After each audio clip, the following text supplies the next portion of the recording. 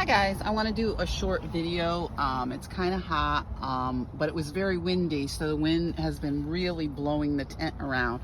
But people are starting to become violent. I just got pelleted with, a water bottle, some other stuff, and obscenities.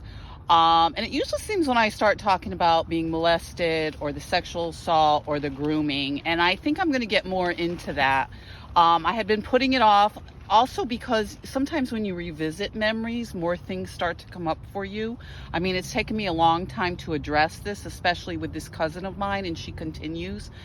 Sending her son over here was just absolutely vile.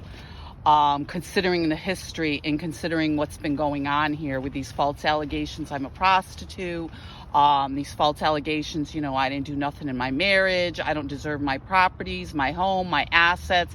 I have all these guys, making these snide remarks, victim blaming, the smear campaign continues.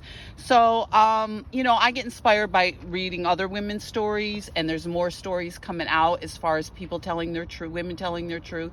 And I'm going to continue. I mean, some days it's very difficult. I mean, being in a tent and being constantly, harassed by the police and being called a liar isn't exactly the way to live your life. But the coercive control continues.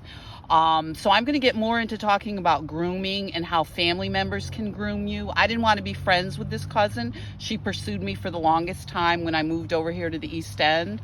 After a while, I relinquished. I had pressure from family. I had pressure from the community. I had pressure from her family. So I gave in and became friends. And this is how it starts. It starts out with this going to, a friend's house, being slowly seduced into, these things are no big deal. Being molested was no big deal.